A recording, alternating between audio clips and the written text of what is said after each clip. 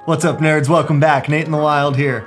Today I want to talk to you about my all-time favorite lens, the Sony 16 to 35mm f2.8 G Master.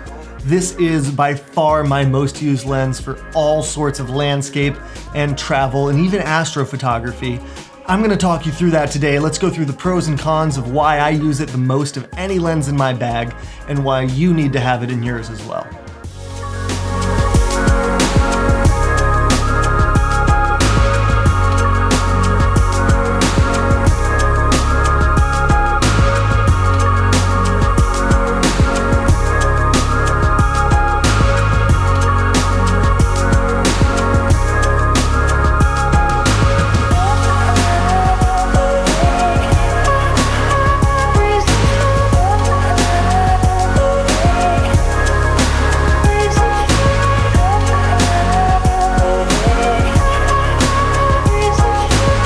So there's this assumption in photography that prime lenses are the only way to go, and it's a little bit of a myth. Prime lenses are fantastic. I own several of them. In fact, I'm filming this on the 24mm prime right now, but I don't believe they're the only good lens. When I was first starting in photography, of course my budget was very limited. I mean, whose isn't? And so I only invested in the Sony 28mm f2. Once I figured out that I had a little more budget to play with, I knew it wasn't just like a 2-month-long fascination. I invested in the Sony 55 f1.8, and those were my only two lenses for a year and a half. And while this did push me to get more creative and explore outside the box, it also was a little bit limiting for me. It forced me to explore new compositions because I didn't have the zoom capability of an interesting zoom lens. But there's times when you can't just zoom with your feet.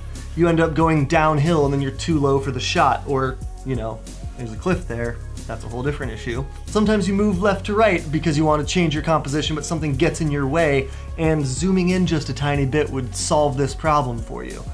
So over time, I started to realize that while the image quality on prime lenses is incredible, there's a lot to be said for the functionality of zoom lenses. For a hobbyist, I found those primes to be perfect, but once I started booking paid gigs, I found out that there's actually a huge drawback to shooting only primes. I was working for a travel guide in Denver for a while, and we would feature everything in a city that we could possibly find. So good restaurants, famous people, music venues, outdoor hiking opportunities, etc. And that is such a broad diversity of subjects. There's no possible way to choose 1, 2, or even 3 primes that really gets the job done in every scenario.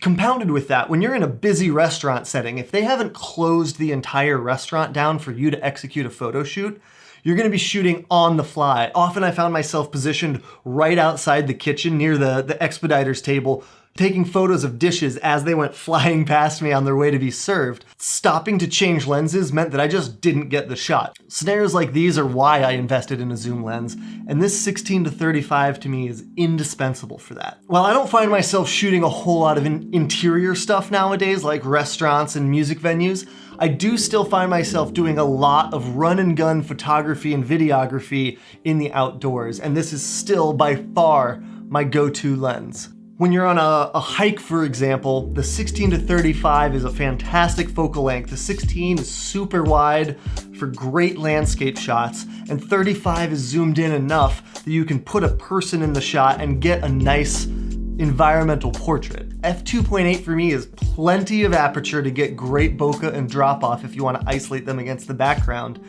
And more so if you're shooting with something like the A7R3 or the A7R4 where you have 42 or more megapixels to play with. That 35mm on the top end actually can be cropped in to look close to 60 or 70mm, and you'll still have enough resolution left over for a magazine placement, especially on the internet. Now for run and gun video projects, this lens also has a lot more flexibility than you'd think.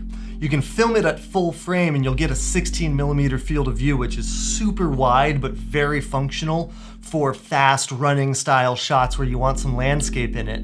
But with Sony cameras, you have the option to crop into a Super 35 field of view, which turns 35mm at the zoomiest end of this lens into just about 50mm. Again, if you're filming at 4K, that actually gives you even more crop if you're exporting at a 1080p timeline.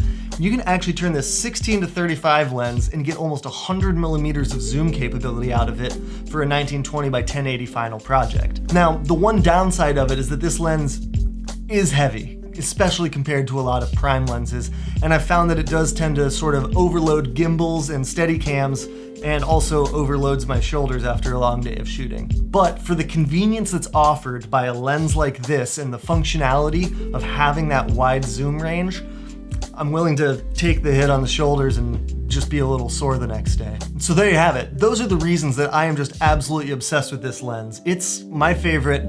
I have it attached to one of my cameras at all times on every single shoot that I do nowadays, and I take it out for everything from landscapes to product shots to astrophotography.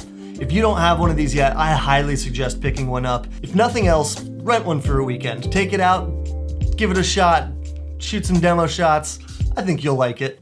Thanks so much for watching, everybody. I'm Nateinthewild. It's been great having you here again. As always, click like, subscribe, tell all your friends, send a postcard to your grandma, tattoo my name on your face, and post about it on your Facebook. I'll see you all next time.